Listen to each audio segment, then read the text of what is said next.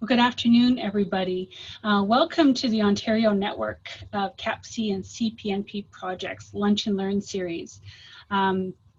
Today, I'm really excited to host for you a webinar on the topic of using social media in CAPC and CPNP programs. And before I introduce our presenter, I would like us to take a moment to do a bit of a land acknowledgement. So, our network land acknowledgement is that the Ontario network of CAPC and CPNP projects acknowledges and thanks the First People of the territories where we work and serve, and other Indigenous peoples for sharing this land in order for us to come together today. I would also like to share that in Kitchener-Waterloo, where I am based out of, the territories and the lands where we work and serve are territories that were the traditional territories of the Haudenosaunee, Anishinaabe, and Neutral peoples. And I would also like to make that acknowledgement as well. So on we go with our Lunch and Learn webinar today. As I said before, our topic today is social media and CAPC and CPNP projects. And we have Hiltrud Dawson joining us from Best Start. And I'm really excited to have Hiltrud with us.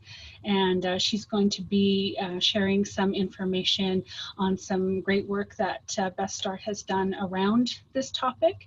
And now, Hiltrud, if I could sort of pass things over to you, and we can begin. Sure, and thank you so much, Sydney, and everyone else for inviting me, and thank you, Sydney, for introducing me. And it's just a pleasure to be here. And I was a little daunted by the topic initially, because social media seems to be ever changing, ever growing. And nobody, I think, well, and especially people in my generation, definitely don't feel that they're the experts on it. And just like many of you, we at work are at Health Nexus, Best Start by Health Nexus, are also struggling with some of the what do we use it for? When do we use it? Which platform should we use? So we've been doing a bit more of a concerted effort this year of really looking at that, and I will share a bit of that as well as we go through the slides. What I have done, or what Sydney and I decided to do, was that we would like to engage you as much as possible. To do so, we sent a survey ahead of time. Now, we only had 6 people respond, but that's okay. We do have those 6 people. And of course, we have the chat, and I believe, Sydney, I don't know if people can unmute themselves and also speak, but I'd like to really use whatever option you feel comfortable with, so that this is not just me presenting. This is an exchange. This is us learning together, because, as I say, it is a topic where there's much to be learned, and it's ever changing, and just needs that ongoing and continual learning. I've been with Best Start for about 14 years now. In fact, it was my 14th anniversary at the organization just very recently. I'm sure that everyone knows about our knows Best Start by Health Nexus, everyone who's on the phone. I do have a slide at the end that just kind of gives an overview of what we do. And in I should start moving this on. Yeah, actually, I think I put it at the beginning. So these are some of the things we do, basically 4 groupings: information, resources, networking, and providing consultations. And we do have lots of learning opportunities through some online courses, and we've got a great series of webinars set up for the fall. So if anyone is interested in them, please check them out on our website. Social media. So there's lots to think about, there's so many platforms, right? There's, as I said, it's ever growing. One minute you think you got a good idea of what's out there, and then I have grandchildren that are, old enough to be in that bracket, and they're like using things one minute that I had not heard of. So it's always growing. The important piece is a purpose. So what is the purpose of social media? Everyone's using it, but does everyone have the same purpose for using it? And then client engagement. Can we use it to have some results from that? Do we use it, it's kind of a bit of a question that a lot of organizations are asking themselves. Are we using social media mostly to inform, or are we also using it to engage? And that's a big distinction, a big question, and we're going to go a little bit over that. We're going to talk a little bit about barriers and facilitators, and some of them were, people listed some in the survey, and we've got a few in our booklet as well. And how we can shift the pendulum towards using social media more effectively as well. And then developing a strategy. So what do we need? Some vision, policies, bit of an action plan. So those are the things we're going to cover. That looks great, Hiltrud. Yeah, good. I'm glad, Sydney. And this is what kind of started that in 2013, 2014, we developed a social media booklet. We'd had quite a few requests, and some of them actually came from CAPC CPNP projects. One came from a children's resource center and different areas that said, we would like to use social media, but is there any guidelines? Are there any rules? What is the evidence? So at that time, we pulled together this booklet that looks at research. We did some key stakeholder interviews and surveys of research service providers that were working in either prenatal or early childhood services. Some organizations shared their experiences, some shared policies and different things they were using to make social media use possible. But when I got the call, as I said, I was a bit thinking, this is 5 years old. Is it all old by now? Right, But I looked at it, and the principles very much still apply. The platforms may change, and the use is definitely growing. So what you read in this booklet initially about, how big, the number of Facebook users and other things, they've all changed. They've grown exponentially. But the other principles are still pretty much the same. So just remember, if anyone wants to put any questions in the chat at any point, and also if you didn't get a chance to share anything in the survey, it would be lovely if you, even while I'm talking, typed in a little bit of what you're currently doing, because that's what we're going to do in the webinar. Explore the current and potential use of social media, and especially with a lens of client engagement. So the objectives: share current use, purpose, and results, explore how barriers and facilitators can be used, and apply current recommendations and successes. Sydney, does anyone have a question right now, or do you have a question?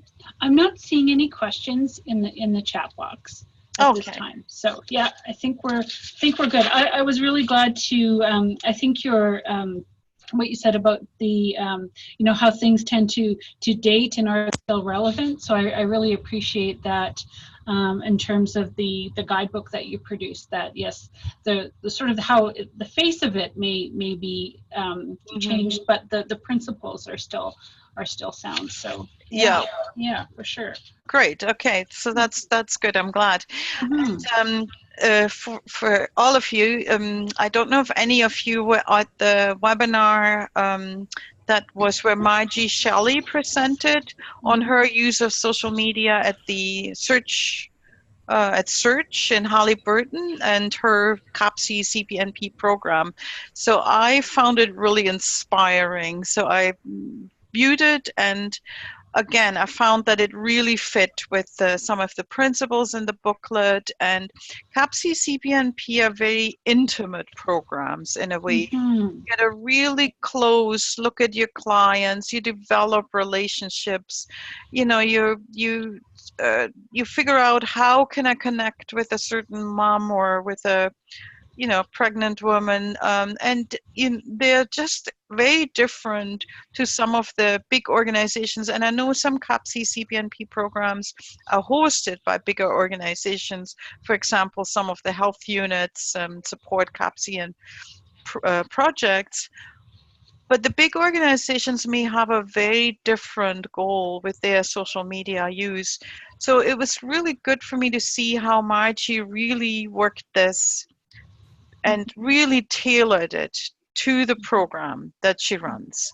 So, and I felt from what she said in there, to me, it was that the lessons learned that she presented were know your audience and their needs. Mm-hmm. And I think that's particularly applicable to CAPC CPNP. And then know what you're using so that so that you understand why you're using it and what you're using it for. So why you're using it and what you're using. And then have clear professional boundaries and rules. And I think that's where people often get scared, because social media is so pervasive. Yeah. Mm-hmm. It has, we usually, most of us have some kind of social media platforms that we use, that we're on in our personal lives. How do we keep that separate from our professional lives? And how can we ensure that we meet our clients' needs at a professional level and that it doesn't intermingle with the personal? And I thought Margie did a really great explanation, like the way she presented it and the rules she had set, that really kept this at that level. I thought that, and they were simple, really simple and clear, and so that it included the expectations. So did any of you out there watch the webinar? Yeah, so feel free to make a comment in the chat box if you did. I'd like to say that that as Hiltrud had indicated that she was able to watch it, that's because that webinar is archived, and you can find links to that on WebConnects. And if you have any trouble finding the link to Margie's webinar, just send me an email and I'll send you the link. And one other thing, if I may say, Hiltrud, is that part of the idea for that webinar came out of our marketing and promotions community of practice, which is a group that gathers quite regularly, so that might be of interest to folks as well. Margie is really active in that group, so that's another resource for members. Great. So I'm just seeing in the chat box somebody saying they haven't quite seen it yet, so okay, but it's on their list too. And it's quite short. I think the presentation by Margie is only maybe 30 minutes or so. Right. It's not very long to watch it, as I found it very helpful. So yeah, so I just wanted to quickly again go through the sort of things that are common at the moment, and these are sort of the common platforms that are used, and these are used often to post news and events. And we're going to go through the survey results in a minute. And quite a few people have one of them or more than one. Quite interesting, like Ottawa Public Health uses Pinterest, which I hadn't really seen of anyone else using. But I mean, I use it personally, and I think a lot of people do. But so again, it's just interesting to see what people do. And all of them are made in such a way that you can post news and events. So that seems to be the first purpose. But then what about the connection, like the engagement? What is used there? So Margie mentioned texting, and texting doesn't usually come up as social media. But if we look at it in that way as well, because again, it's engagement in, it's, well, sort of social media. It's just not you're usually texting with one person or a very small group. So it's maybe slightly different, but it is a new way of connecting that previously wasn't accepted. In fact, there was a lot of rules about not texting and using only telephone and emails and that kind of thing. But I think that pendulum is swinging there too. Then the Facebook Messenger platform is a really good way to do personal engagement, and that's something that Margie is using, and I see that's being used by some of the parent lines of the public health units as well. One of the newer things that's being used very frequently is WhatsApp. And the nice thing with Messenger and WhatsApp is it's based on internet and doesn't need phone service or anything like that. So those are kind of very interesting ways, platforms that are out there that are being used. Is anyone aware of any others? Like especially in the engagement part. In the engagement. I haven't heard of any others myself. I haven't used WhatsApp, but I'm hearing more and more from the folks who are working in the community that that's a very common app with participants that they work with. I don't know if they use it to communicate with participants, but amongst the community, it's I hear it more and more. That's interesting. Yes, it seems to be really popular, really gaining a lot of popularity. And I'm sure there are others, because I think almost everything, like Google probably has its own private messenger piece as well, private message piece. So I'm sure there's a few that we haven't looked at. But, I thought we'll stick to the common ones, and I looked at the survey responses. So as I said, we only had 6 people.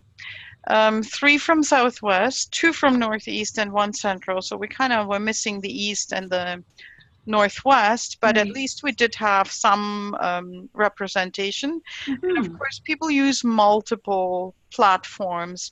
So 5 had Facebook. That means almost everyone did. In fact, 1 said they didn't use social media.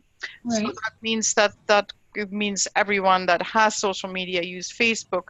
3 of those also used Instagram, 2 Twitter, 1 LinkedIn, and 1 Instagram. So quite a bit of use. Nobody put anything in the other, so they weren't using any of the newer platforms or anything that I didn't put up on the slide before. Now, this is the interesting piece. So lots of posting, right? What's the purpose? Promoting services, programs, or events. 80%, that's what they're using it for. And 20% using it to posting news and community information. So, a little bit more, maybe a little bit more active on what's going on in the rest of the community, that kind of thing, not only their own postings, but other things. But out of the 6 responses, nobody was using it to connecting and interacting with clients. So, interesting. But what would you like to use social media for that you're not doing already? Promoting services, programs, and events. So 3 wanted to do more of that. Connecting and interacting with clients. So 3 said that would be a purpose. So out of the 6 that responded, 3 would like to do this, but are definitely not doing it. So that would be interesting to find out. And then, sorry, no, it's fine. No, I'm actually curious about the previous slide. With very low numbers connecting and interacting with clients. Do you think that included texting? I have this perception that texting is very common, maybe just from our own programs. And that's the thing, I didn't actually put texting on the survey, which I should have maybe. And texting may be a way where people connect, that's for sure.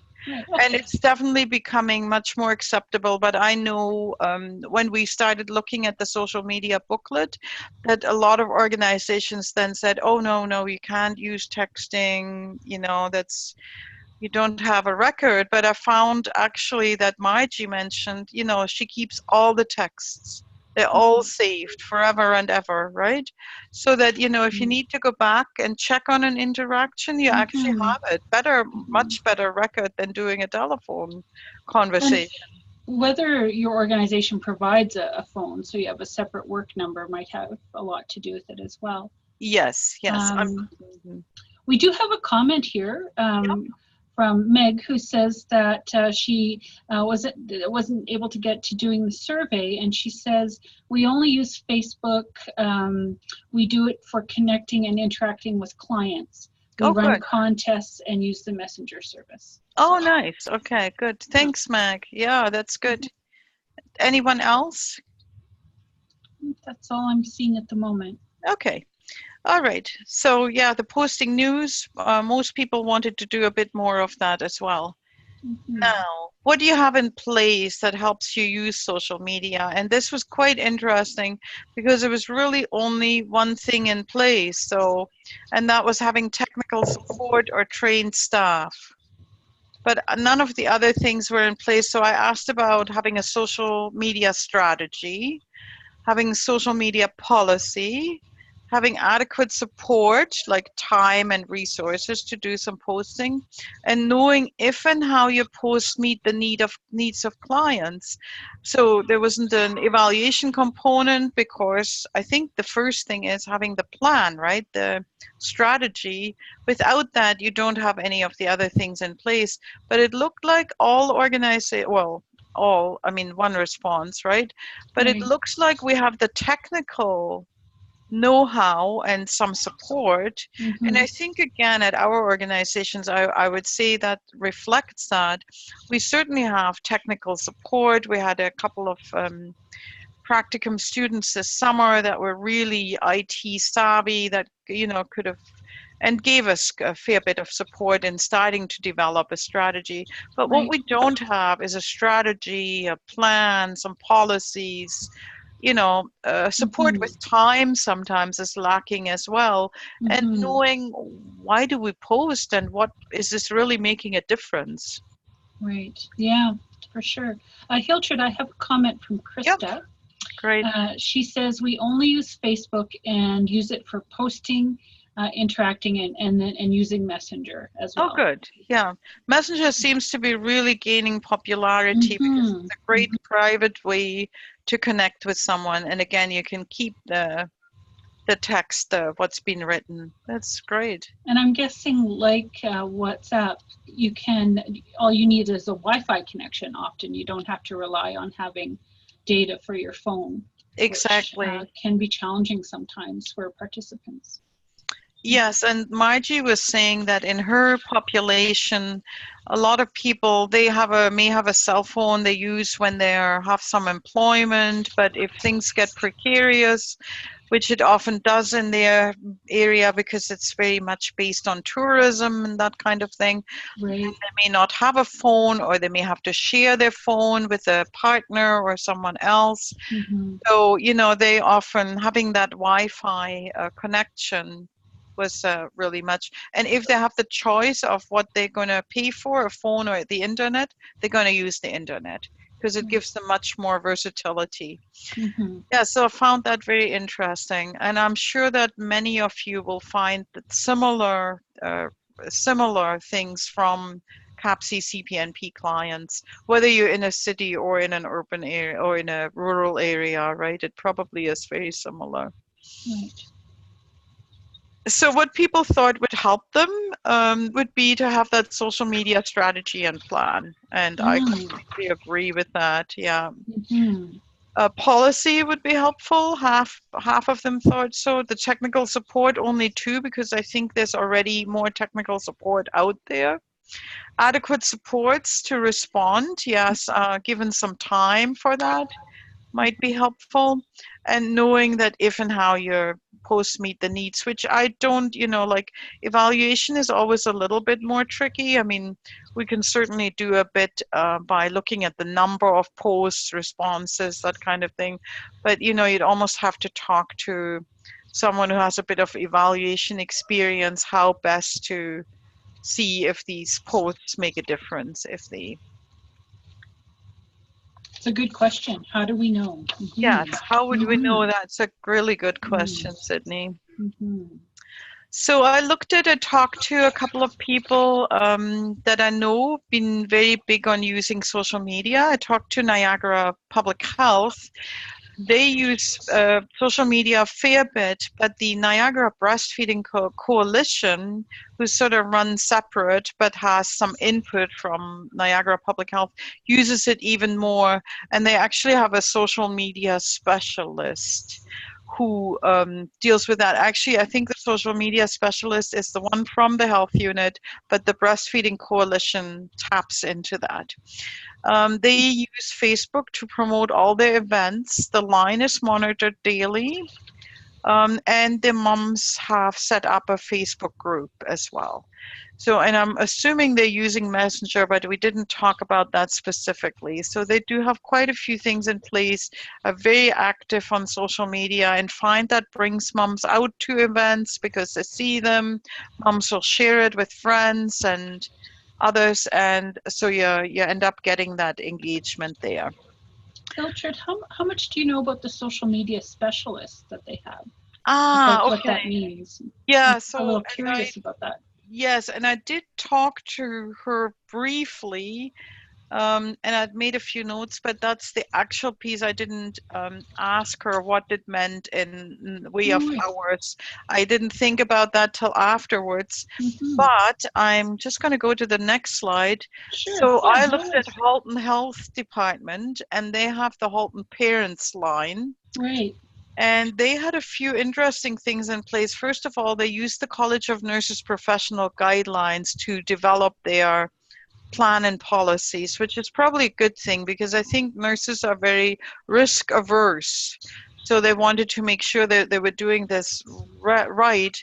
But when I looked at, they have an actual piece there on staff. They have like 10 people on this list of staff to all who are, so I'm assuming they do a bit of rotation. They maybe have 2 per day or per week or who are responsible for posting because it must take a bit of time. So they had a really serious group of staff who were totally dedicated to that. And I also talked to Toronto Public Health, and they have they again use the parent line, and staff monitors it during office hours. They have a team, and they also have a specialist. And I did talk to the specialist, and I think that is her full-time with some other communications. Right. You know, she's like a communications specialist. Sure. Social media is one part of that. Right. Yeah, but definitely that's her full-time area. So it can be quite time consuming, but then you got to think Toronto Public Health is a huge organization, right? So with a lot of staff, they actually use part of their social media to engage staff as well. They have like separate things to kind of for staff. So yes, they're doing a lot of stuff. I was quite bowled over by what they were doing. Right. And I see that both Halton and Toronto parents can connect via Messenger, but in Toronto they also said texting, and I don't believe Halton. I didn't see it on the platform, and I didn't get the opportunity to talk to her in person. And Toronto too has some risk management policies in place, so that helps them, you know, feel confident in what they're doing. Right.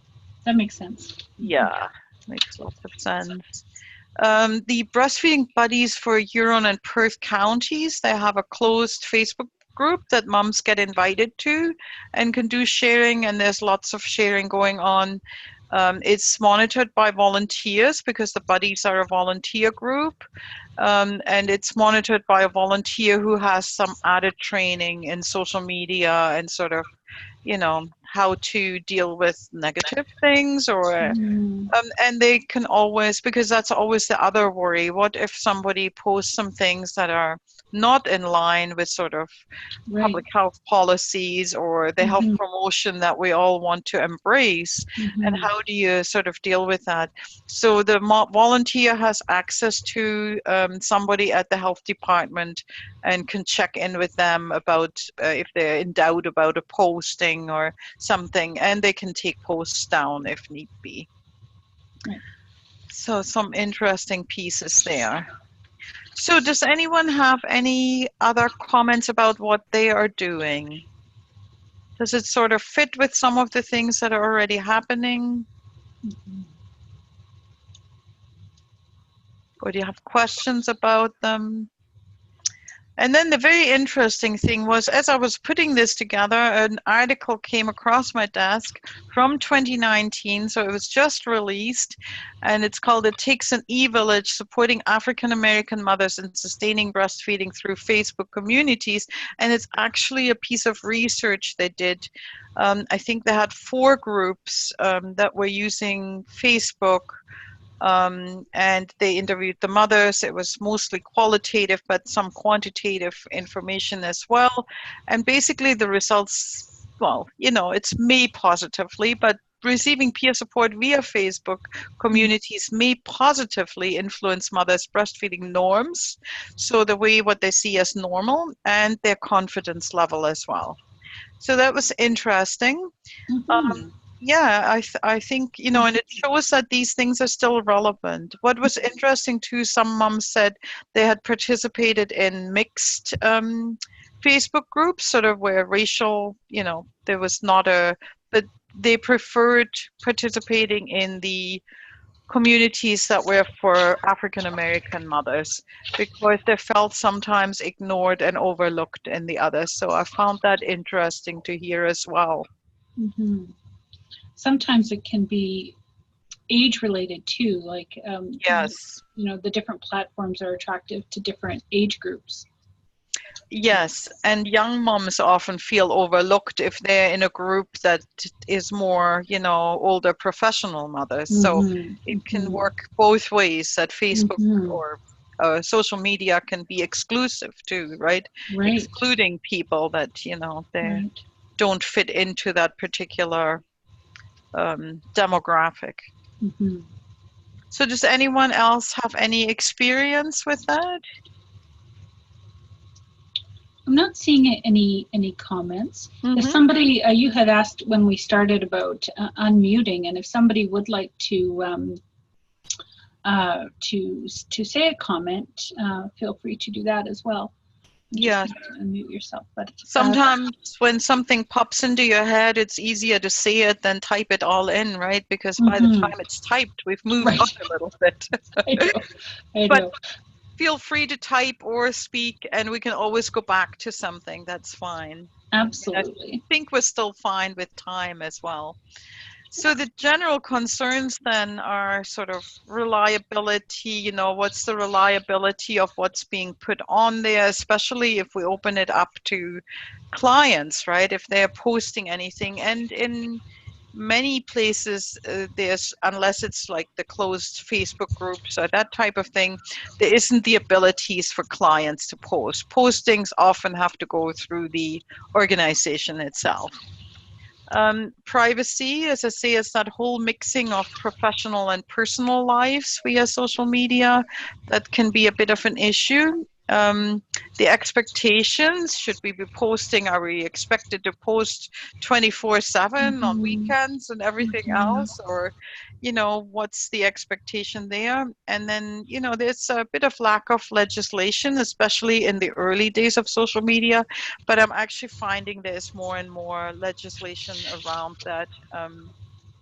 One of our practicum students that we had is in IT security. It's called something else, but basically looking at the whole legislation as well as practices and you know, whatever you put in place to ensure that you don't get hacked, that you don't, you know, that your things are safe. And the same with social media, there's a certain amount of safety that has to go into that. And I think it's definitely better than it was 5 or 10 years ago. Mm-hmm. And I mean, even the fact that the big like Facebook got hacked or something a few years back, and those have probably helped to put more things into place. Now, going back to what we mentioned at the beginning, there are definitely some specific needs when it comes to social media. One of the big ones was that lack of purpose. Do we have a strategy? And that's something we are struggling with at Health Nexus. We have Twitter, we use that. We have YouTube, we post our videos on YouTube, that kind of thing. But we're working on really making a sort of strategy. Why are we doing this? What's our objectives? What's our vision? Yeah. What do we really want to achieve with this? And once we have that, then we also know how can we monitor that and how can we measure it? Because without doing that, it becomes just an exercise that somebody does every day that's maybe assigned to someone or rotated around or something. But if you have the vision, plan, and purpose, then it makes quite a difference. I think you're right. Yes. And unfortunately, sometimes those things take time to do and can be challenging to wrap our brain around, but really worth taking the time and effort to do that. Yes. Yes, I agree. It's easy to jump in and send out some tweets and do that kind of thing, but sitting down and really clarifying why are we doing this, that makes a big difference. And it does take time, but it's worth it. And then out of that comes some guidelines, right? The guidelines on the privacy, keeping things separate. What are the expectations? When do we post? What do we do if we're on vacation or on holidays or stuff like that. So those are all. What do you do with the negative comments or comments, or what do you do if you get a text or a messenger that you may see it outside of office hours, because we are often on our phones in different ways to look at things, and it may need to be addressed before the next business days. Things like that can happen. So you have to have some guidelines and things in place to deal with that, right? What can be done? Lack of evaluation. Again, how do we measure? How do we measure the impact we have? Is it just numbers? Is it, anecdotally? Do we do surveys? Would they work? So it's kind of a bit of, thinking about that as well. How can we measure the impact? Lack of training. Usually people feel much more comfortable when they've been trained on how to use social media and the platform that your organization's decided to use to do that. And then, of course, there's a bit of lack of time and human resources. We're all trying to do more with less. Would we be able to do more with less if we included social media? Like for Margie, trying to phone people was a useless exercise because most of them didn't have phones. So connecting with them in the ways that they are able to phone was probably a time saver. Right. So, so social media can be a time saver, but we've got to do it in the right way. And we definitely have to have the human resources to, first of all, become comfortable, have the plan, then to be trained and comfortable with it, and then the time to use it. But it may just be a different way of connecting than we've been used to.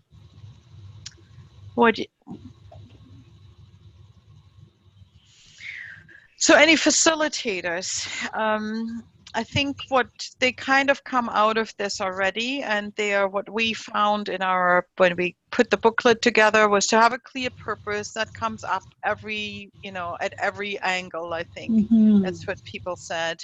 The policies, again, having some flexibility in policy and practice. So having something too rigid because of the way things change in social media might not be good. I know that previously texting in nursing was very much a taboo, that, medical offices, and they still are not at that point where they will accept texts, but that would be something to be more flexible on, because as I say, people often They may not even have a phone to use. So some flexibility helps. Staff training and support is a real big one. And then the evaluation of impact. So it really, really, I found that the facilitators are really the flip side of the barriers, you know. Having them in place then makes it all much easier. Does anyone have any other facilitators or barriers that they are aware of and that they've come across? So things that have either helped or hindered. That's right. In terms of our use of social media. Maybe, I guess this could fall under organizational support, but actually access to the technology.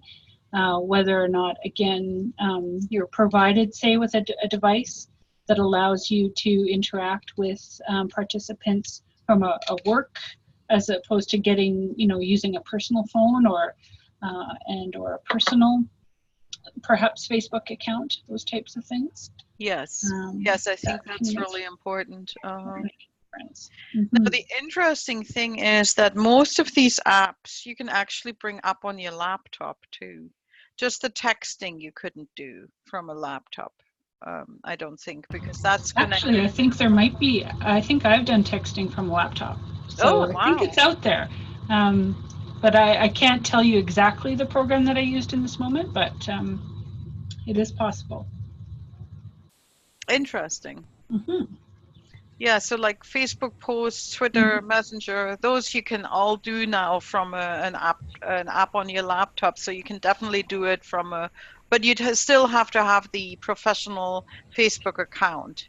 Yeah, so definitely having those things in place would be really important. So going back to the slide where people said they would like to do more on social media. So I thought we could have a quick look at what can you do to shift the use towards social media.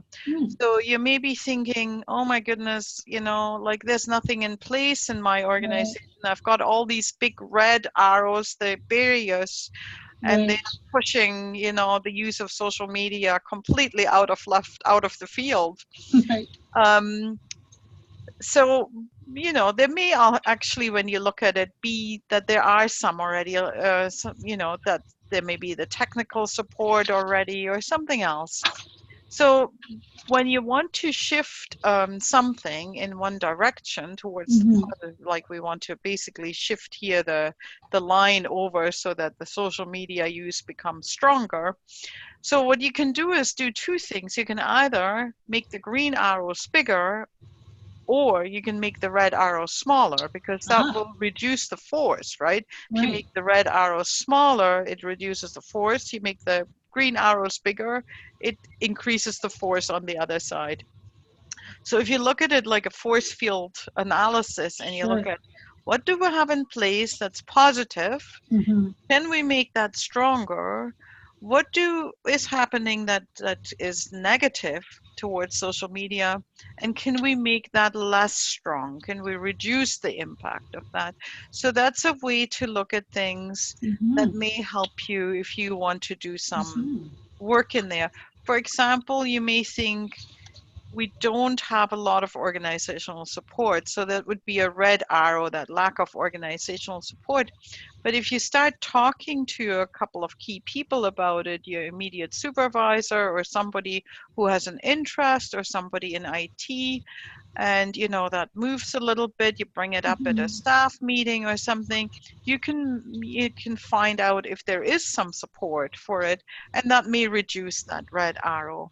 Or on the other hand, because usually these are flip things, doing the same thing when you think, oh, our organizational support is really small, and you start talking about it and bringing it up, and you find, yeah, there's some people who are really keen here and would really help and support it, and suddenly you've made your green arrow bigger. So those are the kind of things that you can do to really work towards it. I really like that, Hiltrud. I like that you're giving us two ways of looking at it, right? Can I either increase what's working and build on it, or can I look to reduce what is hindering, right? Yeah. So Yes. yeah, that's really interesting. Mm-hmm. Yes, I think people often feel that there's only one way to do things, you know, like Right. you've got to get rid of all the barriers, but that's not Mm-hmm. always so, you know, increasing Mm-hmm. things that are already working well can be Mm-hmm. just as good and are often just the flip side of the other anyway. Right. Right. So, Wonderful. so any questions there? So I just, Go ahead. no, just wondered if I'm there not was, seeing anything, but okay. yeah. So then I just put that slide again up in just to remind you of all the different things you have. Mm-hmm. And then I thought we'd just definitely look at this. The very important piece is Yes. developing a social media strategy. Mm-hmm. So in the Best Start booklet, there are 5 pieces mentioned. So I pulled them out. And I mean, basically, the first one is this developing a social media strategy plan or program charter. And I mean, I think project or program charters are really being talked about a lot right now. Everybody that um, wants to be a project manager or is called a project manager is supposed to know how to put a charter together. But basically, it's your vision, you know, your purpose and your Mm-hmm. objectives. So Mm-hmm. if you had that and then the plan on how you're going to achieve those objectives. So I mean, I think you do that with almost everything you do. You know, if you're planning an event, why are you doing the event? What do you want to achieve with the event? And how are you going to, you know, make the event take place? What do you need to plan to make it happen? So basically the same with social media. Why are you doing it? You know, or what's your vision? What would you like to do? Why Mm-hmm. are you doing it? What's your objectives? And then plan on how you make that happen, and probably how you evaluate it. So the next piece is develop or adapt social media policy or protocols. And there are a few in the booklet. And as I say, there's some key organizations that do use policies, and Mm-hmm. it would be easy to contact them and get some things in place. And yes, as I say, there were a few in the booklet that were given to us, that were organizations that we could share there. So it's always good to start with a template anyway, rather than starting your own. And then the third piece is the piece that we talked about earlier. How do we evaluate? And that's part of what you want to set in place. So how do you measure? How do you monitor? And then you use that to adapt. So it's your PDE cycle, like plan, develop, act, evaluate, or whatever, or check, evaluate. So it's a constant cycle, right? You plan something, you put it in place, you monitor to see how it's working, and depending on what you find out, you have to make some adjustments, and then the circle starts again, or the spiral starts again. So it's a constant activity, but it means we're constantly learning and constantly adjusting to new things, and also constantly improving how we meet our clients. And then train and trust staff. And it was interesting to see that second piece there. Not only train, but also trust. Let's trust them that they're doing the right thing. It doesn't help anyone if you hover over them and constantly check everything. And that increases workload, you know, rather than letting people make their decisions once they're trained and comfortable. And the last thing there said, have fun and keep trying. I mean, for lots of people, social media is a fun piece, right? It's that's what it started as. It was a fun way to connect, and let's remember that it's not only a serious, you know, like, oh my goodness, what do I do next? And you know, what do I do if something isn't quite copacetic on it? But you know, it is a fun way. It's a fun way to post things. You know, you can do things so differently than printing a flyer and sticking it up like we used to do 20 years ago. You can post, and afterwards you can post pictures from events, as long as you have the permission, of course. And people are so much more engaged when you see photos and real life things happening. So it's a great way to really keep in touch, whether it's just to promote events and services or resources or whatever, or post local news, or also to engage with. It is a fun way to do it. So let's be prepared to keep trying and find different ways. Marvelous. Yes, I agree. Good. So while I was going through it, I had made myself some notes, sort of looking at my, the practical steps. And while I've been talking to a couple of different people from different organizations, and when I compared these to the previous slide, to what I had here, the social media strategy recommendations in the booklet, they sort of fit in with that, but they were a bit more detailed. So I just thought these might be good ways to start as first steps. These are some really practical things that can be done.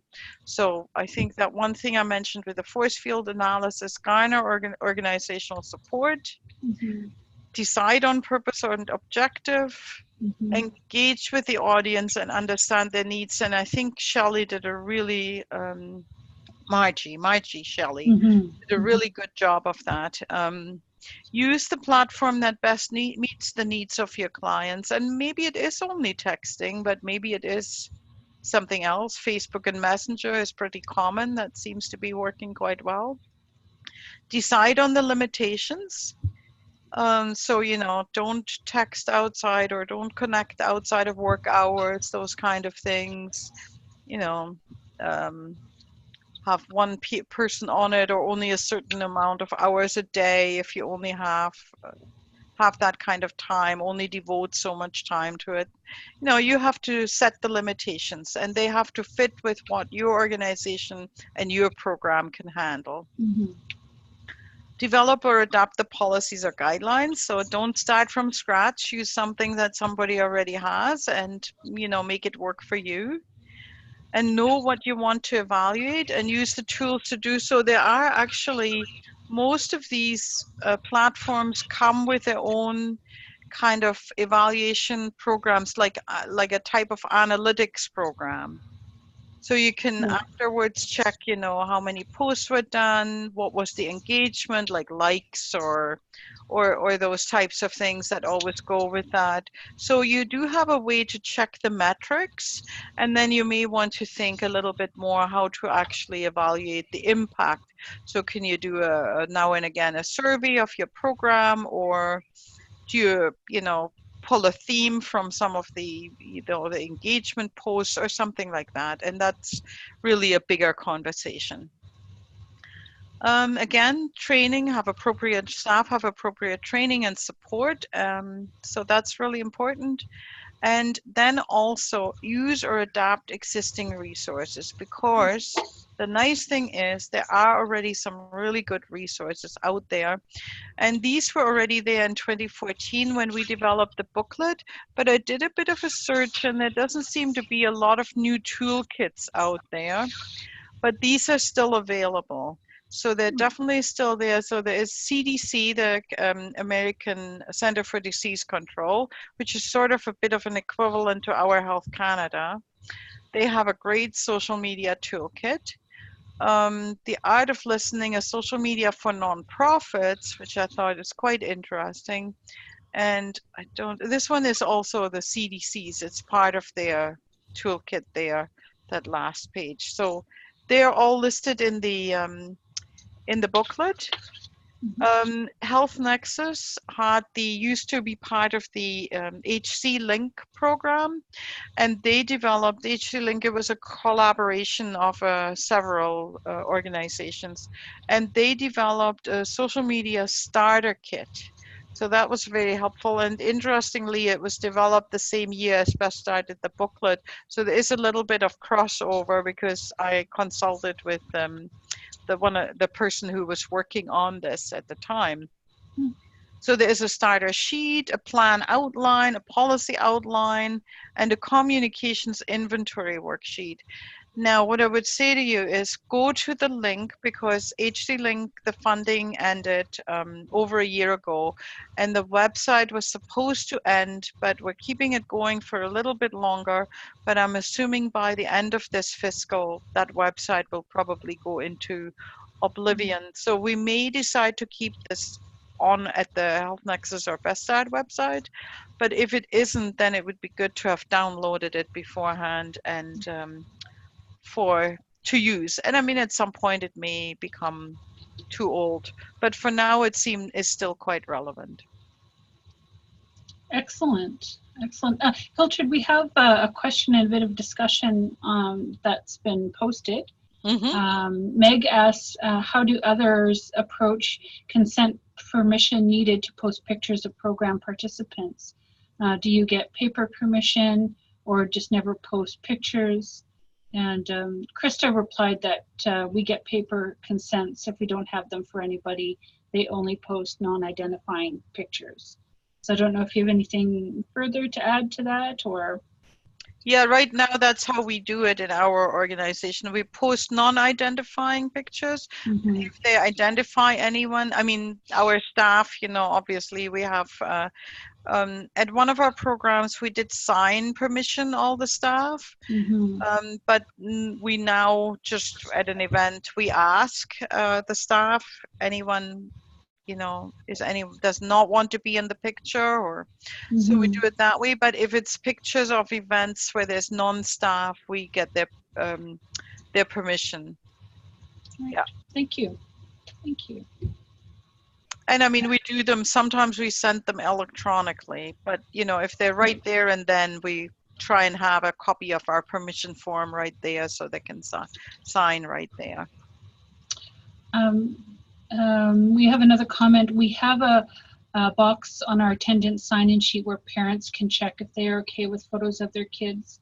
And at events, we give paper consents. So. Oh, okay, good. Yeah, that's good. Great. Yeah. And this kind of, I see we are actually almost at our end time. So I wanted to all leave you with that little question. What will your next step be? And I mean, obviously some people already have things in place, are using it. I'd personally love to hear if you've got any sort of things to share that are, you know, are lessons learned from anyone that, as I say, we're implementing or we're working on developing a social media strategy rather than just doing some posts here and there. And I'd be happy to hear what others are doing. And I'm sure it'd be nice for people to share as well. Hiltrud, if I could say for myself, you've given so much food for thought. And I know a few things that stuck out for me is that developing that strategy, which is something that we're working on, but really thinking about what is the goal, right? And really fleshing that out to help us then, you know, determine what our strategy is, and also to help us with evaluation. Like if we have a goal and things we want to achieve, then we have perhaps a way to think about measuring how well we're doing. But I really liked your force field analysis and, you know, opening up our thinking about how to approach this issue, and very much the fun part. I think that's such an important message, that and remembering that social media allows us to tap into some creativity as well. So so those were some of my thoughts, and yeah, so thank you so much for what you've offered here, and certainly welcome if anybody wants to unmute at this point or type something in the comments. They're welcome.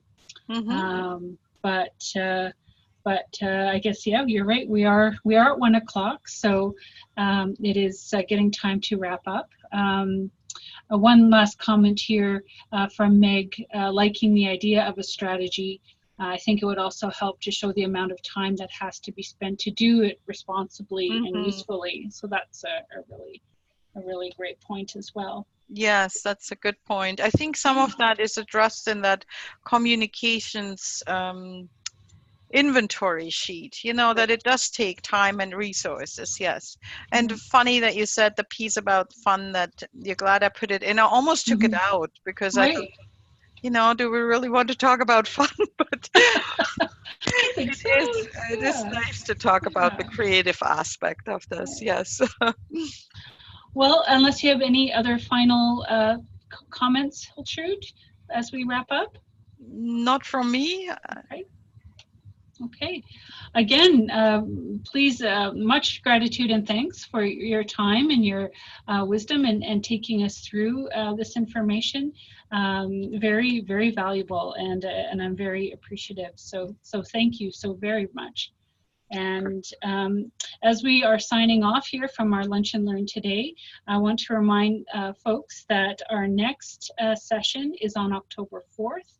And the topic is FASD, the importance of talking about birth control with participants. And that our host then will be Mary Mueller from FASD 1. So I hope you will consider joining us then. And I think with that, we'll say good afternoon, and I hope everybody has a wonderful Friday afternoon and a great weekend ahead. So thanks very much. Thank you. Yeah, thank you again, Hiltrud. It was a pleasure.